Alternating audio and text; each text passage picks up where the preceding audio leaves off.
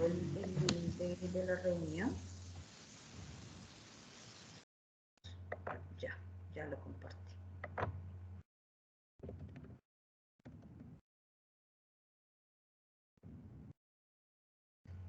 Bueno, entonces ahora voy a compartir pantalla.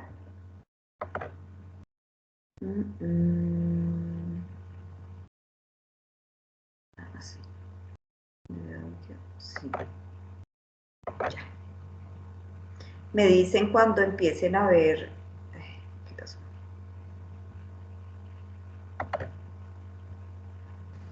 No, aún no. Ah, no, es que no he hecho nada. Bueno. Ya, ahora sí empezamos. Sí, ya. Ok. Bueno, ¿me están escuchando bien? Bueno. Sí, Bueno, señor. entonces vamos a seguir este año con el estudio del libro de Efesios, que verdaderamente es un libro muy apasionante. Y este estudio del libro de Efesios es el estudio que hizo Charles Welch y está todo contenido en el libro En los lugares celestiales. Entonces, vamos a seguir este año. Yo creo que nos mantendrá todo el año ocupado porque verdaderamente este libro tiene unas riquezas impresionantes. Entonces voy a hacer un pequeñito resumen antes de seguir con el estudio. Entonces, este libro de Efesios, Charles Welch, Juan, que es el del inglés, se representa, en este libro él nos lo representa en su totalidad bajo la figura de un árbol, conteniendo 7 ramas en cada lado y portando en cada rama 3 frutos. Entonces, así se reconoce la estructura literal de la epístola, la cual tiene 7 secciones de doctrina en correspondencia con 7 secciones de práctica. Todo esto ya lo habíamos visto, pero esto es, como les digo, un pequeño resumen así. El árbol está arraigado y cimentado en amor, que es la esencia de nuestro Padre, y culmina con la oración de Pablo, que tiene un solo propósito para cada uno, que es ser llenos de toda, absolutamente toda la plenitud de Dios. Entonces, ser llenos de toda la plenitud de Dios la leemos en Efesios 3:14, específicamente en el versículo 19, y de conocer el amor de Cristo que excede a todo conocimiento para que seáis llenos de toda la plenitud de Dios. La estructura literaria de Efesios está representada por un diagrama en forma de una balanza de 2 platos, en cuyo medio superior de la balanza se ha puesto la palabra digno y pone en equilibrio la séptupla porción doctrinal en correspondencia con la séptupla sección práctica. Efesios es un libro perfecto en balance entre la doctrina y la práctica. De Efesios 1:3 a Efesios 3:13, que es la parte doctrinal, se fundamenta en Efesios 2:6, que es sentados juntamente. Y la otra sección, que es de Efesios 4:1 a Efesios 6:20, se fundamenta en Efesios 4:15, que es crecer hasta Cristo. Entonces, como les decía, este libro de Efesios, la epístola expuesta bajo la figura de una gran mansión. A mí me gusta muchísimo estos estudios que hace Welch, porque cuando el espíritu a él lo ha iluminado y él nos trae todas estas enseñanzas, cada uno yo creo que nos metemos y nos apersonamos y nos imaginamos todas estas enseñanzas así como él nos las da a conocer, muy prácticas y muy fáciles también de entender. Entonces, esta de Efesios con esta gran mansión para mí fue espectacular, porque pues generalmente leía, así como leía el libro de Apocalipsis, pues el libro de Efesios, que es prácticamente nuestra bitácora, era muy como por encima, algunas cosas como que sí, como que no las entendía, pero así, de esta manera, verdaderamente que es muy, muy, muy fácil de entender. Entonces, como les decía, bajo la figura de una gran mansión. Este estudio exhibe la disposición general del tema de la epístola en la forma de esta gran mansión con dos alas, una en cada lado de la torre central, conteniendo cada ala 7 habitaciones para hacer corresponder el séptuplo carácter de las secciones doctrinales y prácticas de la epístola. Entonces, la mansión está concebida bajo la supervisión de un mayordomo, que es Pablo, quien ciertamente posee las llaves de la iglesia, así como Pedro tenía las llaves del reino del cielo. Entonces, imaginemos que nos ponemos bajo la custodia del apóstol Pablo al tiempo que nos conduce alrededor de la mansión y va dando indicaciones del propósito de cada habitación que de su mano vamos a visitar. Entonces, esta mansión, ¿qué contiene? Está la torre central, en un ala están las 7 habitaciones para la doctrina, como les decía, que es capítulos 1, 2 y 3. En la otra ala están las 7 habitaciones para la práctica, que es capítulos 4, 5, 6. La torre central y la mansión representa a cada uno de nosotros sentados en los lugares celestiales. Las habitaciones de la doctrina, como nos lo muestra aquí Welch, cada una de estas habitaciones están identificadas con un nombre, que es la habitación de la manumisión, capilla del reconocimiento, del trono, del dispensario social, la sala de audiencia, la sala de estar y la habitación secreta. Las habitaciones de la práctica. Habitación de guardia, ministerio de mesura, habitación de investidura, el ambulatorio de habitación social, la casa del poder, la sala de armas y la habitación del recuerdo. Entonces, y la torre central, que es una oración, el pináculo de la luz del misterio y objetivo para que seáis llenos de absolutamente toda la plenitud de Dios. Entonces, esto es así a grandes rasgos un resumen de lo que habíamos alcanzado a ver el año pasado con las enseñanzas de Amparito y Sara, y bueno, yo también les compartí en algún momento otra enseñanza. Bueno, entonces, la última vez quedamos en la habitación de los registros o documentos legales, la misma de la manutención.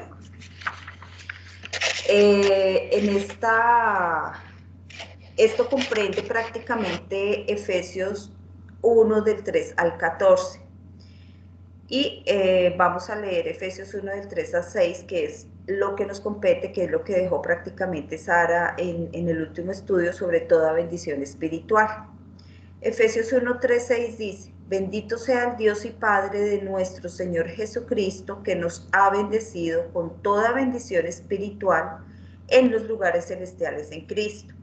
Porque Dios nos escogió en Cristo antes de la fundación del mundo para que fuéramos santos y sin mancha delante de Él. En amor nos predestinó para adopción como hijos, para sí, mediante Jesucristo, conforme a la buena intención de voluntad, para alabanza de la gloria de su gracia que gratuitamente ha impartido sobre nosotros en el amado. Estamos nosotros ahorita concentrados en esta parte de toda bendición espiritual. Entonces, al comienzo de la carta, Pablo bendice al Dios y Padre de nuestro Señor Jesucristo. Nosotros, como lectores de la palabra, debemos mantener en mente cuándo se escribió esta epístola, porque esto fue escrito después de que Israel ya no era el centro de los propósitos de Dios. fue escrito después de que Israel, en cuanto nación, con todos sus privilegios, fue dejado de lado.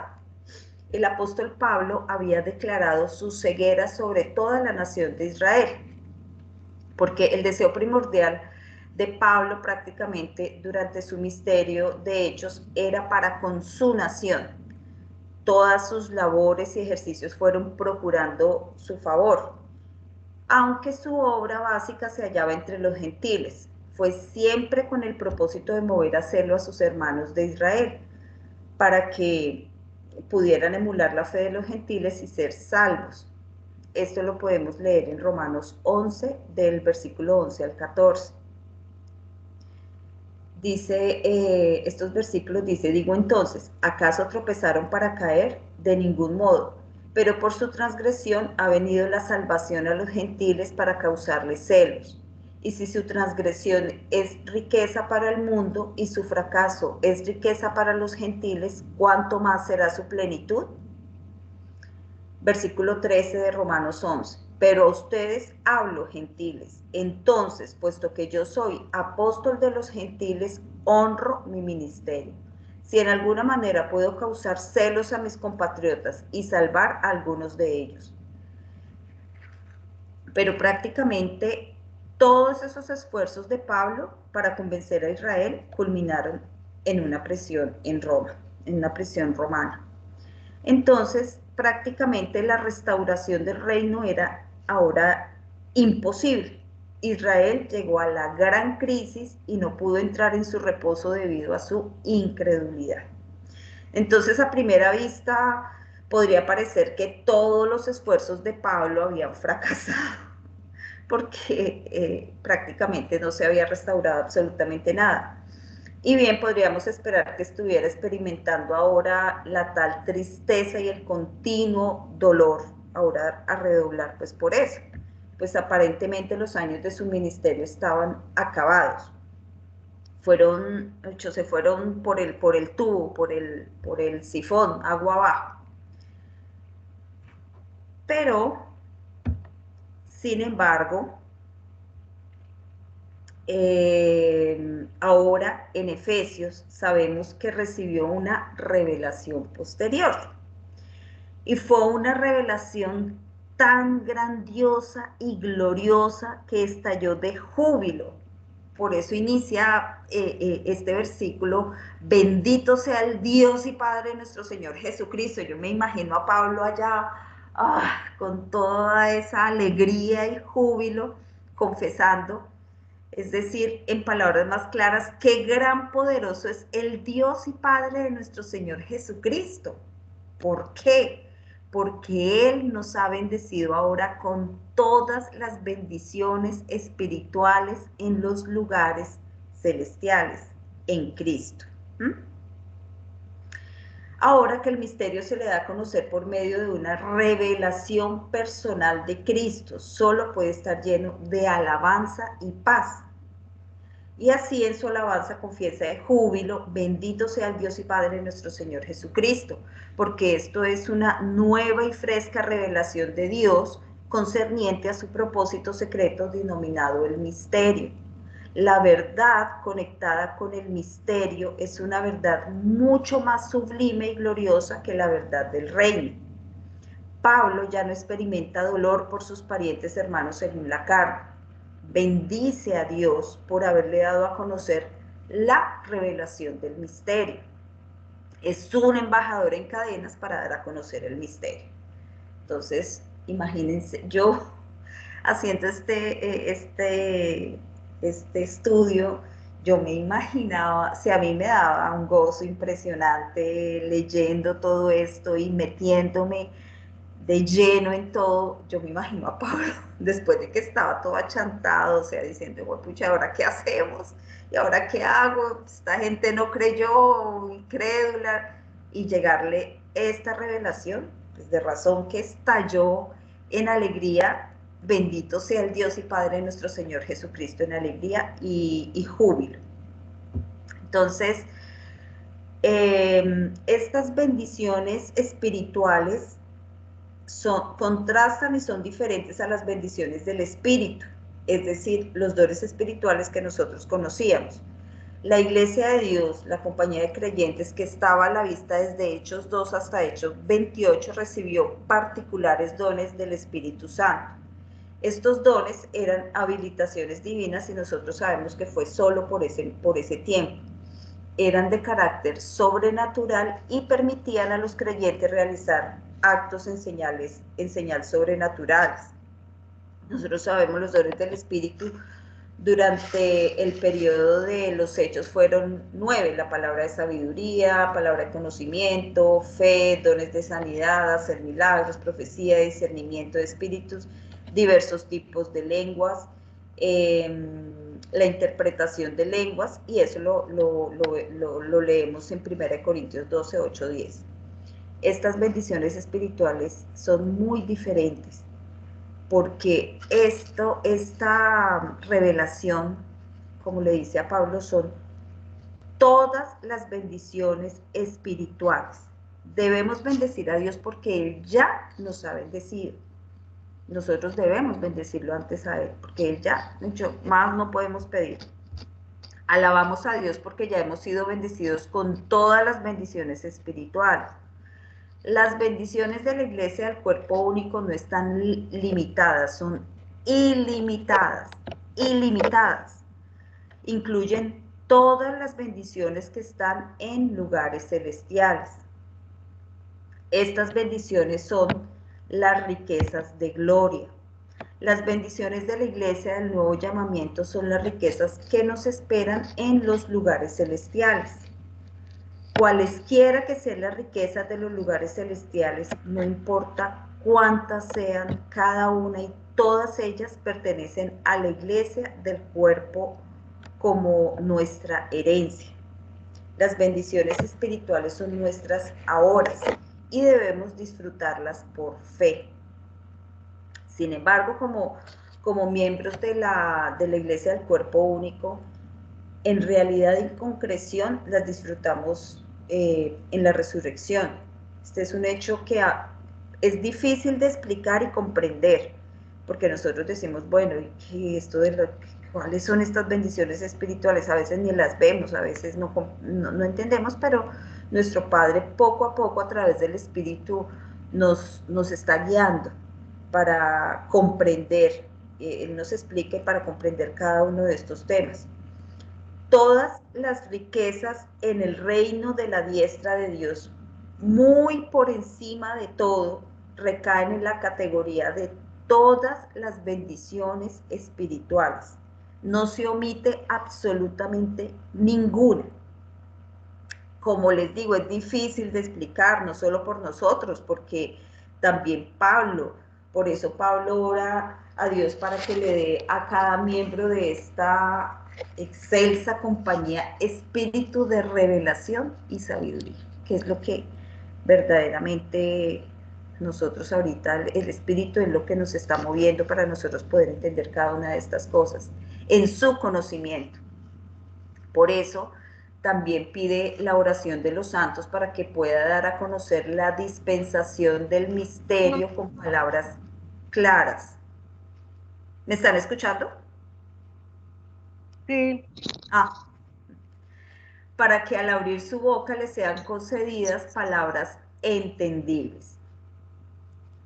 Al leer los versículos del 3 al 6, que habíamos leído al inicio, nos damos cuenta de algo importante, y es el hecho de que el Dios y Padre de nuestro Señor Jesucristo ha querido un cierto número de cosas para la iglesia del cuerpo único. Él quiso para esta iglesia del cuerpo único todas las bendiciones espirituales, no para Israel ni para la iglesia de Dios. Con cada bendición almacenada y depositada en los lugares celestiales para los miembros de la iglesia de esta dispensación, no hay necesidad de una segunda bendición. O sea, imagínense. Él ha querido todo en gloria para aquellos que conforman su familia, en esa esfera, en la esfera que está muy por encima de todos los cielos, en vista de lo que es nuestro en los lugares celestiales. Pedir más verdaderamente sería el colmo, sería ingrato. Sin embargo, hay cristianos que continuamente ruegan a Dios por más, ignorando todo el tiempo el hecho de que Él ya nos ha bendecido con todas, absolutamente con todas las bendiciones espirituales. Y la segunda, como la segunda partecita de este versículo dice, en los lugares celestiales en Cristo. En los lugares celestiales, en tois epouranois. Lo que la tierra prometida será para el Israel redimido, lo que la nueva Jerusalén será para el vencedor, y lo que la nueva tierra será para Job y otros muchos, así los lugares celestiales serán para la iglesia del cuerpo único. Cada compañía de los redimidos de Dios debe disfrutar de una esfera particular de bendición. Los lugares celestiales responde a la pregunta ¿dónde disfrutará la iglesia del misterio sus bendiciones, esas bendiciones espirituales? A ninguna otra compañía o llamamiento se le dio esperanza alguna de que los lugares celestiales fueran el lugar de su herencia, a ninguna. No fue sino cuando el apóstol Pablo recibió la revelación del misterio que la legítima esperanza de vivir de nuevo en el cielo más alto se hizo disponible. Una esperanza legítima tiene que fundamentarse en una promesa de Dios, es lo único. La mayoría de los paganos tenían la idea de que al morir irían al gran espíritu en el cielo, o al feliz coto de casa en el cielo, o al harén del cielo, o algún otro lugar similar. Pero Dios nunca le había dado a nadie la promesa de que volverían a vivir en lugares celestiales hasta que le fue dado a conocer el misterio a Pablo, el prisionero. Esta parte de los lugares celestiales también es muy densa y la idea es profundizar, entonces hoy quería profundizar un poco más sobre todo este tema de todas las bendiciones espirituales y los lugares celestiales lo seguiremos ahondando en la siguiente reunión. Hoy, bueno, estos días que Sara me dijo para compartir la reunión, hoy precisamente estaba, porque esto de toda bendición espiritual, esta palabra también tiene una connotación muy importante y así como este estudio que nos compartió Juan de todo en todos, Dios todo en todos, y yo decía, bueno, pero todas, y me imaginaba ya, veía pues prácticamente esos lugares celestiales allá arriba, y acá en la cocina yo tengo el divano, y del divano, del mueble, un sofá, y se ve hacia afuera, y se veía el cielo así súper espectacular, con unas nubecitas así como flotando, pero en medio de mi vista, entre el sofá y el cielo, tengo un árbol de higo, y ese árbol está en este momento como si fuera un árbol muerto, seco, no tiene ni un solo pedacito de verde, porque ese árbol vuelve otra vez a renacer prácticamente en verano, a tener su fruto, a renacer. Y Dios me mostraba a través del Espíritu toda esa belleza, y fuera de eso allá ver ese cielo azul tan hermoso, con esas nubecitas. Yo decía, no, o sea, verdaderamente todas esas bendiciones espirituales en esos lugares celestiales es una cosa maravillosa, y es simplemente nosotros ponerlo ahí enfrente de nosotros y verlo, mirar hacia arriba y ver cada una de esas bendiciones, porque verdaderamente ya no podemos pedir más. Muchas gracias. Ya voy a dejar de compartir. Muchas gracias a ti, Sandra, muchas gracias a ti. Qué bendición. Me acuerdo de... Qué bendición. Pero eso es lo más bonito. Por eso es que me estoy dando cuenta de que nuestro Dios es tan personal como estaba Dori orando. Él anda con cada uno de nosotros personalmente y en su palabra no hay muchas cosas específicas. Las que hay nos enseñan, por supuesto, pero el propio Pablo,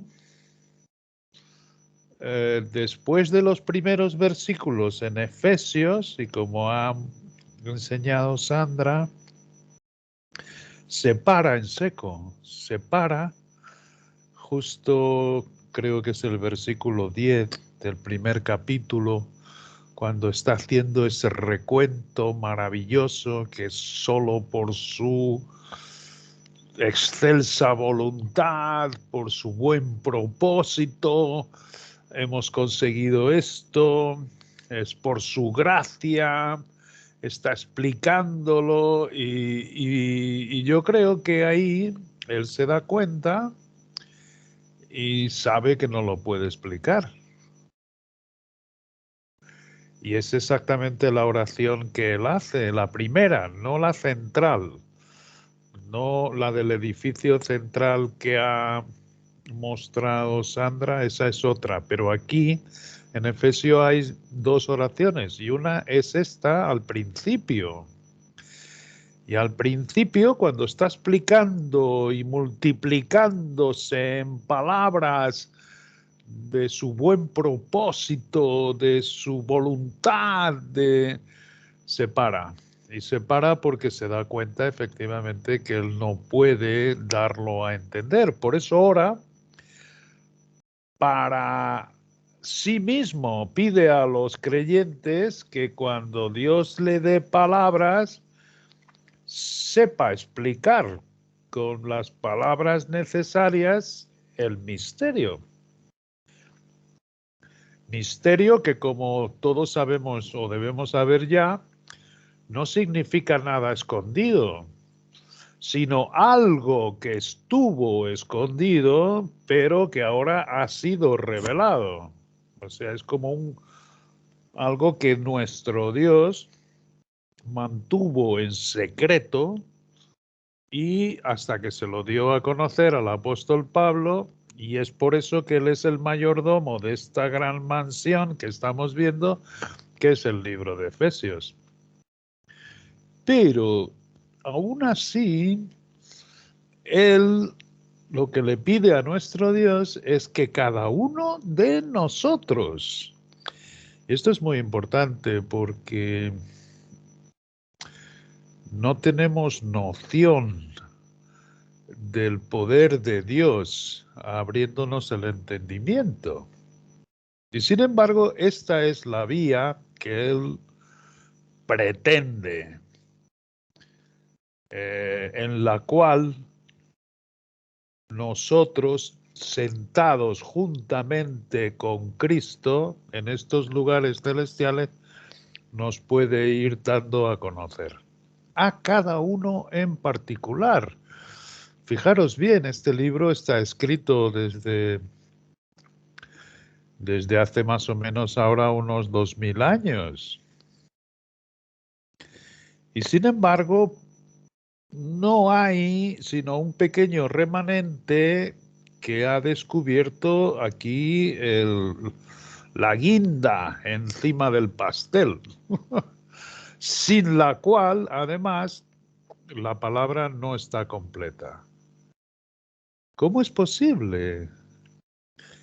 Es posible porque ciertamente nadie ha creído esta oración de Pablo a no ser este remanente. Y esa oración es muy clara. Es ciertamente que tú sentada juntamente con Cristo,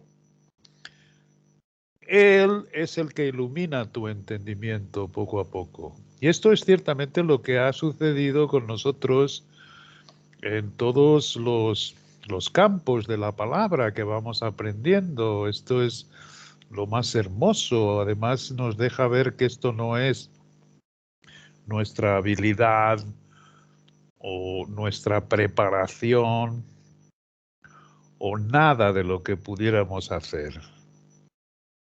En esto, en este contexto, vemos muy bien cómo nos ha ido repitiendo el Espíritu que hay que anularse a uno mismo para permitir la obra de Cristo dentro de nosotros.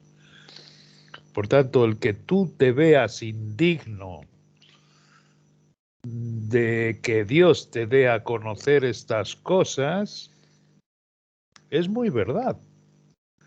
Pero en el Cristo que Él te ha puesto adentro y que se vive ahora por la fe, y vivir por la fe no es tan difícil, ni mucho menos. Además, me gustaría deciros que esta semana, después de la reunión que tuvimos en el jueves, como sabéis, llevamos un tiempo sin juntarnos y hablamos mucho del conflicto, de la batalla, de las dos naturalezas. Es muy crudo, es ciertamente una tilipsis, la palabra griega de tribulación, de conflicto, lo cual es normal, porque cuando vamos a Romanos 7 vemos que el propio Pablo, queriendo hacer el bien, encuentra en sí mismo una ley que se rebela contra el espíritu de vida en Cristo Jesús. Y llega a decirnos que él propio, con el hombre interior en este espíritu, sirve a nuestro Dios, pero con su hombre viejo a la ley del pecado. Y esto es un dilema. Esto es un dilema que no lo entendemos, y sin embargo nuestro Dios nos dice que es fundamental. Y vamos comprendiendo con esta luz que Él nos va dando, como oraba el apóstol Pablo, dales espíritu de sabiduría y de revelación para que te conozcan a ti. Vamos viendo que esto es lo que nos mantiene en nuestro sitio. Es decir, si nosotros fuésemos adquiriendo el conocimiento de Dios sin esta batalla, era muy fácil para nosotros enorgullecernos y compararnos a los demás. Y entonces, para que esto no suceda, y es como dice nuestro Dios, fijaros bien que hay dos versículos que parecen contradictorios. Uno que dice, sobre todas las cosas guardadas, guarda tu corazón, porque de él mana la vida. Y tenemos otro versículo que dice, engañoso es el corazón, más que todas las cosas. ¿Quién lo conocerá? Y el único que lo conoce es nuestro Padre. No somos ni tan siquiera nosotros mismos los que podemos conocer lo engañoso que es este corazón. Por tanto, no son contradictorios, porque lo que Él quiere que guardes en tu corazón es lo que Él te enseña. En Juan sabemos que hay una sola obra buena que tenemos que hacer, y es que creamos en aquel que nuestro Dios ha enviado. Y el que ha enviado está dentro de ti. Lo comprendamos o no, esto hay que creerlo primeramente. Por la fe lo recibimos. Y lo que es cierto es que cuando mantenemos en nuestro corazón este Cristo, las cosas a su tiempo y no al nuestro se van aclarando. Y se van aclarando con esta pequeña luz que decimos y que engrandece a nuestro Padre. Y al mismo tiempo nos empequeñece a nosotros. Esto es lo que significa tomar el lugar que nos corresponde. Esto es lo que significa que no podemos enaltecernos para que nadie se gloríe, dice la palabra. ¿Por qué? Porque reconocemos que toda esta obra, en mi completa naturaleza ruin e indigna, sobresale únicamente por el amor que Dios ha tenido para conmigo. En el amor que Él ha tenido para cada uno de vosotros.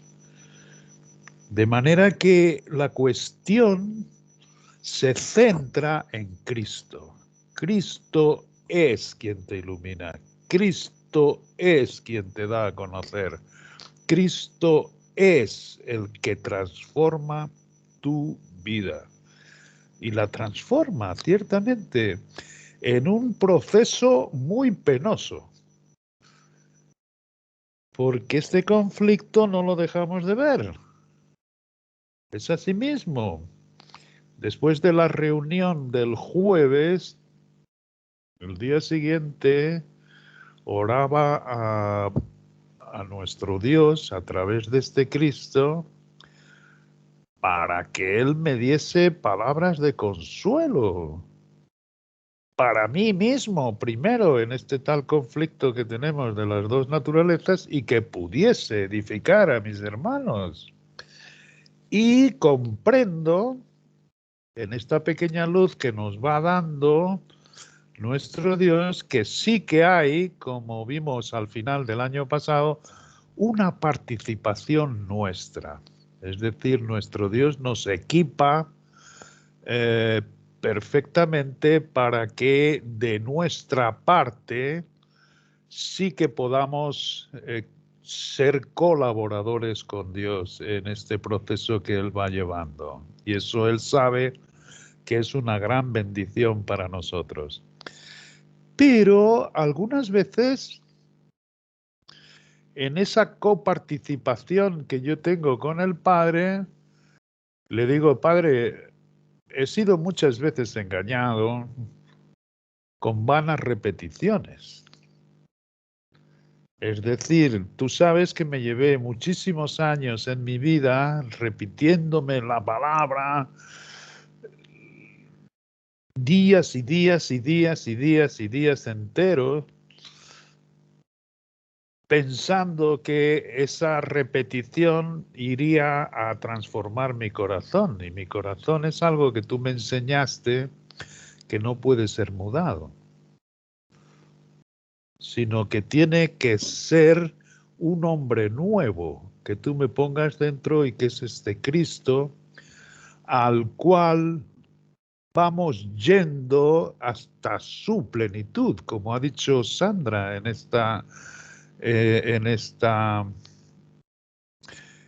información de Efesios, a la plenitud de Dios. La plenitud de Dios para nosotros está en Cristo, para que todos lleguemos allí. Y ciertamente esto Él lo llama un nuevo hombre, una nueva creación dentro de nosotros.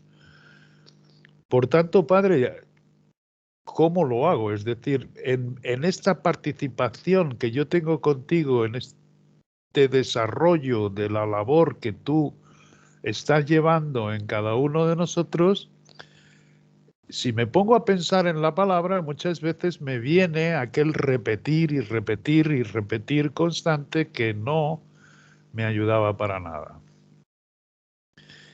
Y curiosamente, estaba leyendo en este tiempo también Corintios, en que me dice que el reino de Dios no es solo palabra. Y después me vino también al pensamiento lo que está escrito en Eclesiastés, que hay un tiempo para cada cosa. Es decir, el que yo en mi colaboración con Dios me acuerde de sus escrituras es algo bueno. Pero depender de ese recuerdo es una necedad completa. No es fácil ver la balanza. Me gusta esto que vemos en la enseñanza de Sandra de la balanza. No es por yo repetirme la palabra que va a cambiar mi corazón. Sin embargo, sí que hay un agradecimiento por las cosas que Dios me va enseñando con sus escrituras que yo sí que debo retener. Y al mismo tiempo hay un saber estar callado en la presencia de nuestro Dios, un saber estar quieto y reposado, viviendo la presencia de Cristo en nosotros que no tiene por qué tener palabra. Muchas veces no son más que gemidos indecibles lo que nos sale de dentro de nosotros cuando practicamos esta presencia de Cristo dentro de nosotros que inunda nuestro corazón. Y ciertamente nos quita los ojos de nosotros, que somos muy limitados, pero comenzamos a ver lo ilimitado que es este Cristo. Comenzamos a no darle caso a los sentimientos, comenzamos a vivir en una dimensión que es Él que nos está mostrando, donde ciertamente su palabra se hace viva cuando mantenemos dentro de nosotros por la fe esa criatura nueva en la cual Él nos está transformando y que es hasta su plenitud. Por tanto, nosotros vamos a acabar efectivamente en la resurrección con el mismo cuerpo de gloria que Él tiene. Y de hecho se llama a la iglesia que es su cuerpo. No hay de una compañía en las escrituras de la cual se diga que sea su cuerpo. O sea, todas estas cosas es en la quietud, recordando, por supuesto, sus escrituras y manteniéndolas vivas en nuestro corazón.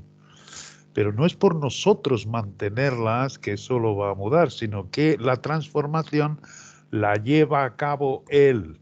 Y así como hay tiempo para repetir su palabra en nuestros corazones, para hacerla viva Él, también hay tiempo de estar callados con Él. También hay tiempo de desnudarse completamente y mostrarle todo lo que tenemos a nuestro Padre. De ahí que Eclesiastés diga que hay un tiempo para cada cosa. Pero el que sabe los tiempos y las sazones es nuestro Dios. El que sabe exactamente lo que tú necesitas antes de que le pidas es nuestro Dios. Nosotros no sabemos nada. De ahí que a medida que se engrandece Él en nuestra vida, nosotros vamos ocupando nuestro lugar. Y entonces sale la humildad de Cristo realmente por nosotros. Entonces entendemos con total claridad que de nada tenemos que gloriarnos en nosotros mismos, sino que nuestra competencia viene de Dios. Entonces entendemos versículos como el que dice Pablo: yo he trabajado más que los demás apóstoles, pero no yo, sino Cristo en mí. Y es maravilloso ver que entonces todas las obras que nuestro Dios ha preparado de antemano para que anduviésemos en ellas, están todas en Cristo. Y en esa quietud y en ese descanso en su presencia, en el que le entregamos todas nuestras ansiedades, todas nuestras angustias, todo lo que nos preocupa, todo lo que Él, en lo que recordamos además, todo lo que Él nos dice.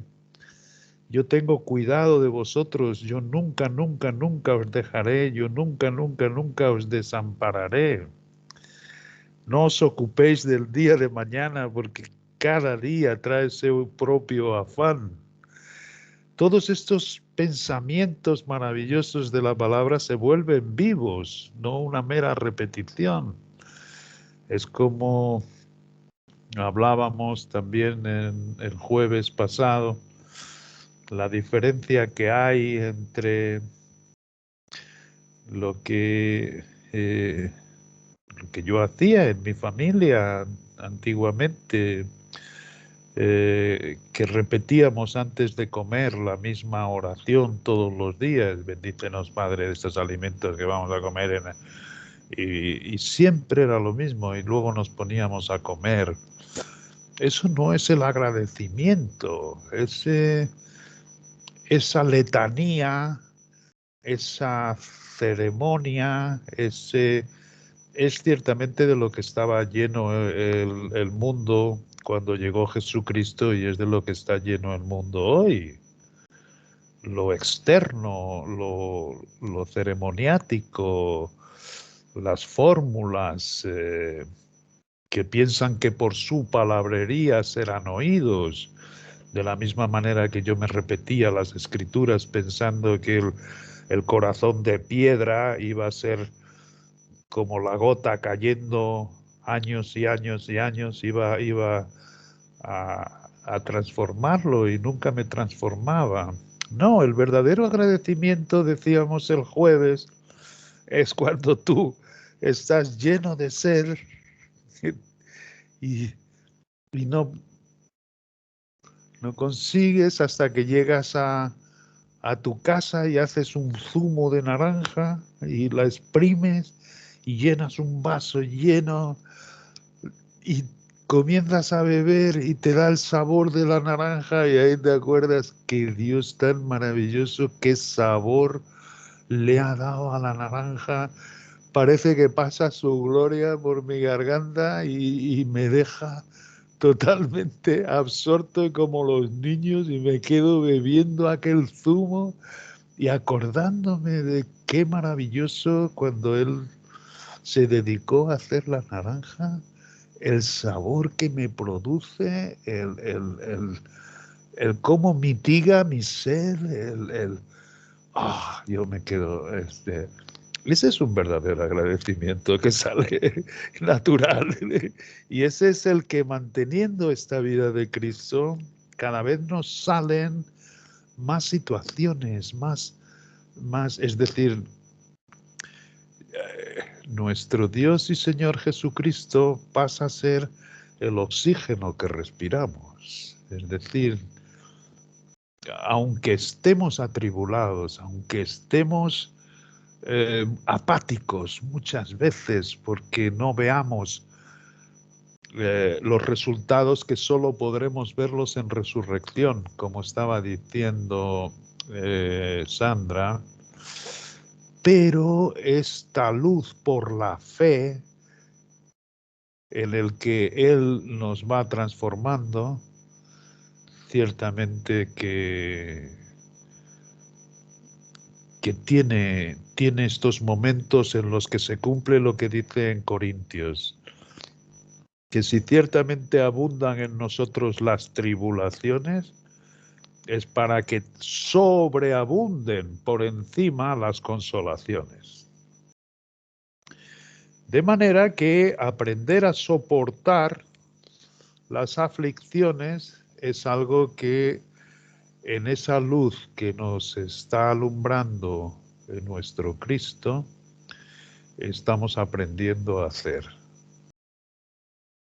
Estamos aprendiendo a soportar juntamente con Él, que es lo que en Romanos nos promete nuestro premio y nuestra corona.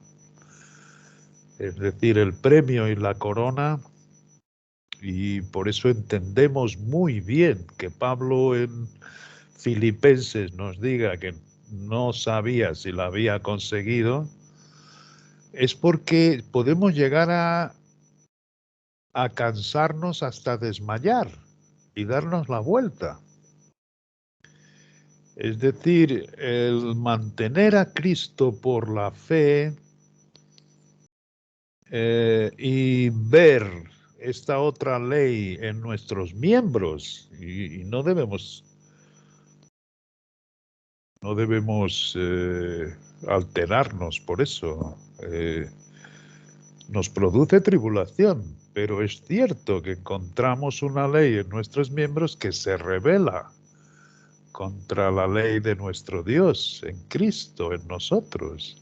Esto es un conflicto, y es un conflicto que Pablo, conociendo bien lo que había sucedido con sus padres según la carne, que era Israel, lo que estaba ocurriendo en el libro de Hechos, en que creían multitudes en un día y el día siguiente se volvían atrás. Y fijaros bien, al final del libro de Hechos, cuando Pablo se presenta en Jerusalén, las columnas de la iglesia le dicen, fíjate hermano, qué cantidad tan grande de judíos han creído y todos son celosos por la ley. Es impresionante porque hablamos también el jueves cuando nos juntamos de que es verdad. Tú leyendo el libro de Hechos dices, pero padre, aquí se estaban volviendo porque fíjate, creían y creyeron 5.000 y muchas de los que oían tu palabra se estaban volviendo. Y fue muy hermoso porque en esa pequeña luz él me contó, recordé, cuando yo os digo estas cosas del Espíritu, son las cosas que te vienen en el momento, no son cosas místicas, pero es hermoso que me dijera y recordar, el Cristo que trabaja con nosotros es uña y carne contigo, es decir, no son cosas místicas que escuchamos su voz o que él... No, pero estamos pensando en estas cosas y nos viene a la memoria la parábola del sembrador. Y en la parábola del sembrador todos creen, todos reciben la semilla, pero a unos los compara como los que están junto al camino, que vinieron las aves del cielo y como no entendieron grande cosa de lo que estaban oyendo, vinieron las aves y se comieron la semilla. Y la otra cayó junto a los espinos y estos recibieron la palabra con gozo y fueron muy efusivos. Y sin embargo, cuando vino la prueba y cuando vino el primer momento, se volvieron atrás. Hizo infructuosa la palabra. Y otra cayó en pedregales que no tenían fondura, no tenían hondura, la raíz. No estaban arraigados en Cristo, ¿entiendes? Sino que recibían la palabra, la recibían con gozo, pero luego los atractivos del mundo, las riquezas, el bienestar, les ahogaba la palabra que tenían. Por tanto, todo lo que vemos en el libro de Hechos, lo que se llega a la conclusión es la ceguera de Israel, porque ciertamente tuvieron todas las oportunidades para arrepentirse y todos se habían vuelto atrás, a ser celosos por la ley. Fijaros qué es esto de ser celosos por la ley. Ser celosos por la ley es todo lo que nosotros hemos estado viviendo en nuestra vida de cristianos hasta que Él, por su gracia, nos ha hecho ver en esta luz que nada depende de nosotros. Así mismo. Y es por eso que él dice que sirve este conflicto. Es decir, volverse celosos por la ley es como nosotros éramos. Queríamos aplicar principios con los cuales nos ganaríamos el favor de nuestro Dios. Así mismo. Por eso yo hice el curso de embajadores, me levantaba todos los días a las 7 de la mañana, leía la primera hora las escrituras, mismo que estuviese medio dormido, salíamos a la calle a testificar como locos porque teníamos que testificar 4 horas por día. No podíamos trabajar en otra cosa que no fuese difundir la palabra durante tanto tiempo. Esto se tenía que mantener hasta el final durante 1 año. Y así, ¿qué es lo que iría yo a conseguir? El crecimiento espiritual. Sería como los líderes, sería como los pastores y los maestros. Y así me lo enseñaban mis pastores y mis maestros, efectivamente. Fijaros el gran peligro que esto tiene. El peligro es que pisoteas el sacrificio que ha hecho Jesucristo por cada uno de nosotros. Si nosotros así nos pudiésemos ganar el favor divino, ¿para qué envió lo más amado, que era el propio hecho carne, a una muerte tan horrorosa como la que tuvo en la cruz? ¿Os dais cuenta? Es así mismo. Nosotros tenemos una nueva creación y todo esto se ha debido a su amor por cada uno de nosotros. Y qué hermoso lo que dice en Corintios: mirad que no sois muchos honorables, ni muchos sabios según la carne, sino que lo necio del mundo escogió Dios para avergonzar a los sabios. De manera que si tú no te ves digno por lo que eres, es lo que Dios escoge para ciertamente hacer reposar su espíritu en cada uno de nosotros.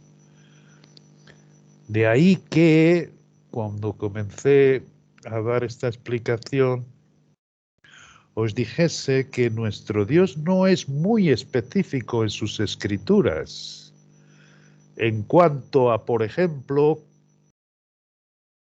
en qué consisten estas bendiciones espirituales en los lugares celestiales. Esto es algo que vamos aprendiendo en nuestro andar con Él. Es ciertamente, vamos dejando el mundo y vamos conformándonos a su imagen, porque es Él el que nos va transformando. Y en este contexto hay un versículo que lo he vuelto a escribir en los artículos que estoy a traducir en este momento, en Varón y Hembra los creó, en que en Corintios dice: bienaventurado el que no se condena a sí mismo en lo que aprueba. Y esto es algo maravilloso, porque nuestro Dios, a menos que Él diga así dice el Señor, eso es una guía específica. Pero si no, Él deja de nuestra parte, con la guía del Espíritu, ciertamente la consideración y no algo específico. O sea, no hay cosas como no comas carne. Todo lo contrario, dice: tú tienes libertad en Cristo para comer cualquier alimento, dándole gracias a nuestro Dios. Sin embargo, si hay una persona enfrente, o un hermano nuestro, una hermana, que tenga problemas con lo que come, entonces nuestro Dios nos dice: ten el amor suficiente para limitarte la comida en su presencia. Y hazlo tú cuando estés solo con nuestro Dios. De manera que hay cosas que nuestro Dios nos las deja con la guía de la luz del Espíritu en su palabra, a que seamos nosotros a tomar las decisiones. Hay versículos que dice: en lo que os cabe a vosotros, estad en paz con todo el mundo. Fíjate, o sea, tú dices, bueno, ¿cómo voy a hacer esto? O sea, este versículo me está diciendo que hay con gente con la que yo no voy a estar en paz. Pero al mismo tiempo, si ya soy guiado por este espíritu, reconozco que mi Cristo tiene un amor que excede a todo el conocimiento. Todo esto os lo digo porque lo que Dios pretende ciertamente es iluminar a cada uno en esa vivencia por la fe del nuevo hombre, de la nueva creación que te ha puesto y que es Cristo. Y ahí es donde se va a hacer muy vivo este libro de Efesios. Ahí es donde se va a ver cada pormenor de cada habitación que vamos a ir viendo del libro de Efesios. En Cristo, porque Él es el que ilumina nuestro entendimiento. Muchas gracias por este tiempo.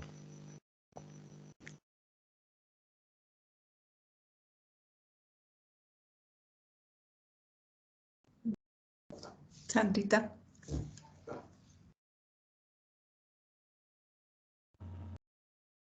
Bueno, Juan, gracias por habernos compartido y haber completado un poco la enseñanza. Y nada, lo único que me queda claro es que Dios es un Dios muy personal y es de la forma en que nosotros, cada uno en su forma, va entendiendo y comprendiendo cada una de sus palabras, de sus revelaciones a través del Espíritu. No es como yo lo entiendo, entonces todos, o como Juan lo entiende, entonces todos, no. Y tampoco nos debemos preocupar ni siquiera por eso, porque Dios nos va dando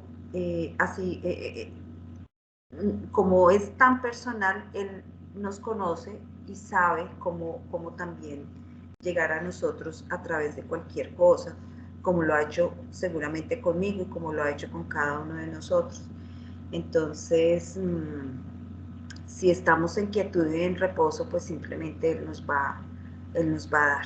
Y nosotros pues obviamente estaremos con los brazos abiertos para recibir. Bueno, entonces, pues nada, Amparito, oramos para terminar. No sé si alguien quiere hacer una oración, Amparito. Yo, sí, señor.